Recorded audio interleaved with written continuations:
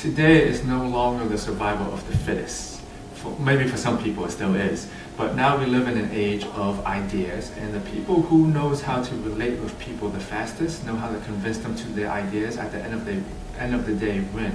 And body language is so crucial because there's only verbal and non-verbal communication. Now, most leaders, when we grew up, there was no body language class, right? But think of it this way.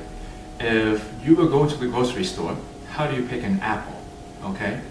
Great leaders, I'm going to say, this is going to sound funny, may appear first as great apples. How do you choose an apple? If it's not bruised, right? If it looks good, if it feels like it tastes good.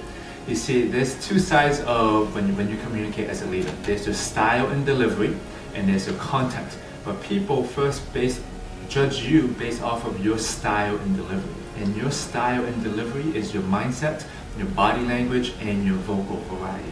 So as a leader, before you even open your mouth, the way you sit, the way you look at people will make assumptions of you already. And they can say, is this someone worth my attention? Have you ever seen anyone that walked in a room and you can feel the executive presence, right? That's like a good apple. But here's the thing.